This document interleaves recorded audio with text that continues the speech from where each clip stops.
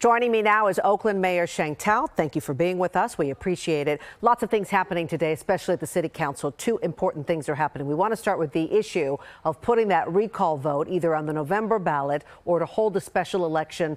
That's going to be voted on today. Given those potential choices, what do you have to say to voters and the City Council about what you think they should be doing? You know, the council has yet to vote to put that on, but it is on the council calendar today. There will be meeting. I believe they're starting the meeting right now in regards to that conversation. I do believe that, you know, in regards to the recall, I think that it is outside funders that are coming in to fund this recall.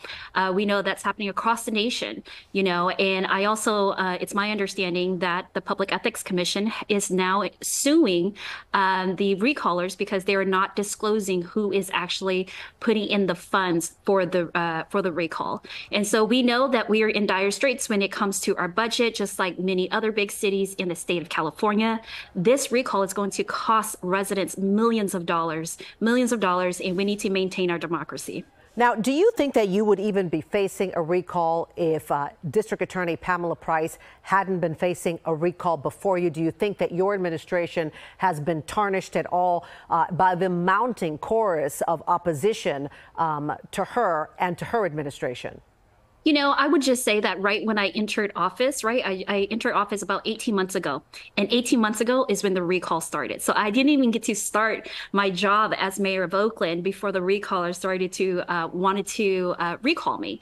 And so at the end of the day, it's less about, you know, the performance of my office or myself. We have huge wins, including Ramondi Park, where we have the ballers playing. We're selling our parcel at the Coliseum so that we can ensure development to create new monies. We need these new monies in the city of Oakland so that we can continue to invest more into public safety.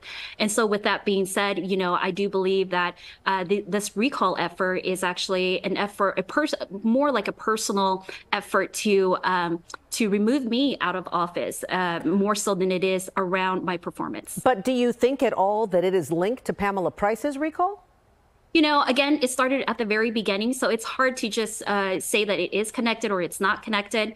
It did just start right at the beginning before I even took office. Okay, so let's talk about something that has certainly added fuel to this issue of the recall, and that's that FBI raid on your home. During the press conference that you had, you questioned, just as you did right now, the timing of the FBI raid, and you connected it to the recall effort. Who are you alluding to that is behind this connection, and what evidence do you have to support that?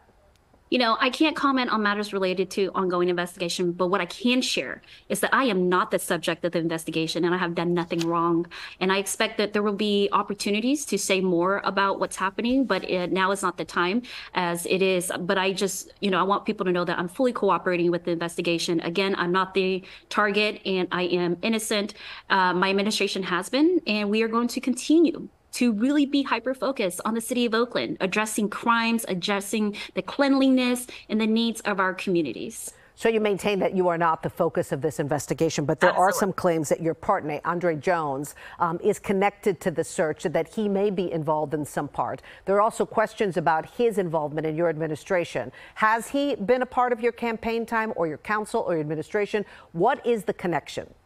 You know, those are all rumors and gossip. I refuse to answer rumors and gossip, but I can assure you that he was never on the council with me or in the mayor's office or what have you. It's pretty ridiculous and easy to figure out that that's not the case. But there is a lot of rumors going around, you know, and all of that will be more transparent in hopefully the days and the months to come. Do you believe that all these allegations against you and the connection to your, these alleged connection to your partner is centered on removing you from office? Do you think these are politically motivated?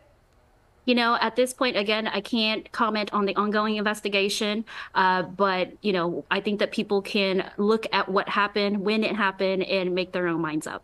Okay, so let's talk about one other part of this FBI raid, and then we're going to move off of that. What is your relationship with the Duong family? Their houses were also searched that same day. What can you tell us about that?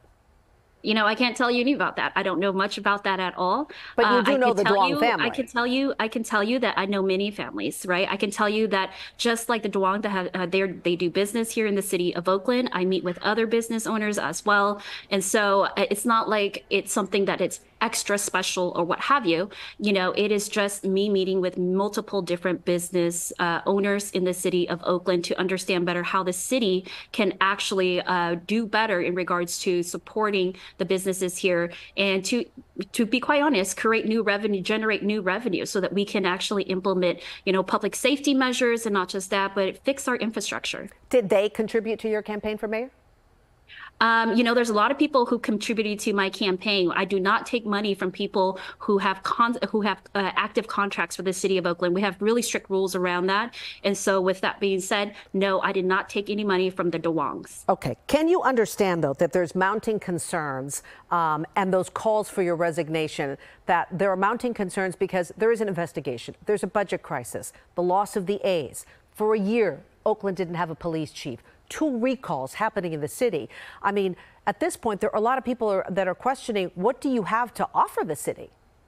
Well, I think that the 18 months that I've been in office, I have done more than many of the administrations prior to myself, including West Oakland, where no other politician has invested in West Oakland or in East Oakland. What we have now is we have the beautiful Raimondi Park. That's going to generate tons of revenue for the city of Oakland. So again, we can actually increase our public safety services. The same thing with the Coliseum. For decades, politicians have come and gone, and nothing has gotten done. And so we all know that, let's speak facts for a minute. We all know that the Oakland A's deal was already done and out the door before I even got into office. That's number one. And then number two, we have an opportunity to now work with AASEG, the African American Sports Entertainment Group, to actually get something developed there so that we can create new streams of funding. Because just like many people, especially our homeowners in the city of Oakland, we are sick and tired of having to pay high taxes, right? And so if we can figure out how to generate new revenues for the city, which the Coliseum is going to be able to do that, then we should definitely do that. And so the movement, it's not about what you talk about, it's about your actions. And so judge me on my actions. And the actions has been that we have been paying attention to West Oakland, to East Oakland, and we're going to be cleaning up our streets. All right, let's talk about the Coliseum for a second, but I do want to raise one point. There are a lot of people that would question that you can't equate the ballers and losing the A's together because they're not going to generate the same kind of revenue. But let's talk about the city council passing your budget. It included the sale of the Coliseum, and really there weren't many changes in what they passed. The reduction in OPD personnel, which you had talked about, not filling some positions there and at City Hall. But that is also with the sale of the Coliseum. How realistic is it to you that you'll have the sale, a deal for the Coliseum by September, if you don't have an offer for it now? I'm really grateful that the majority of the city council, minus 3 council members, actually voted for my budget. My budget really puts at the forefront public safety. We know from the historical past that if we actually don't fund public safety, that lives are at danger. And so what this means is that we are fully funding, making sure that the ceasefire program continues to move forward. We are at a larger number for our OPD officers, whereas the other council members who did not vote for the budget wanted to defund the police to 610 officers. That is dangerous. And I will not say okay to that. That is completely dangerous. So I'm glad that the majority of the city council voted for the mayor's proposed budget with small amendments to ensure that we continue to keep our community safe, and not just safe, but clean as well. So let's talk about what happens if you don't sell the Coliseum. Then what happens? What's plan B? So in my proposed budget, there is a contingency plan. And so I know from, being in those meetings myself that we are very close to a deal. But what I can tell you that if somehow something big happens, we have a contingency plan that is spelled out in my budget. And the reason why I said that I want that to be spelled out is because I want to be transparent with the community. And what is the contingency plan? The contingency plans, there are certain dates where we are marking to say that, by a certain time frame, we need to receive this amount of money from the transaction or what have you, or with a purchase sale agreement. And so these are all triggers. These are all triggers, and then you know exactly what's going to happen at the next phase. And so with that being said, I do feel very confident that this sale will go through. When you took this job 18 months ago, one, did you think it was going to be this difficult? Are you disappointed in the level of hurdles that you have had to endure to get to this point? And do you even feel optimistic about continuing this job? This job, it is a difficult job. However, the fire in my stomach as to my why. You know, I fight for this city because I love this city. I fight for this city for the babies of the city, for the kids who are going to, you know, have to make sure that they secure jobs and education or what have you. I continue to fight for this city, and I continue to believe in this city. And I am hopeful. I'm hopeful because we are seeing the crime data, the crime numbers, they're dropping. They're dropping because of the strategy that my administration has put forward.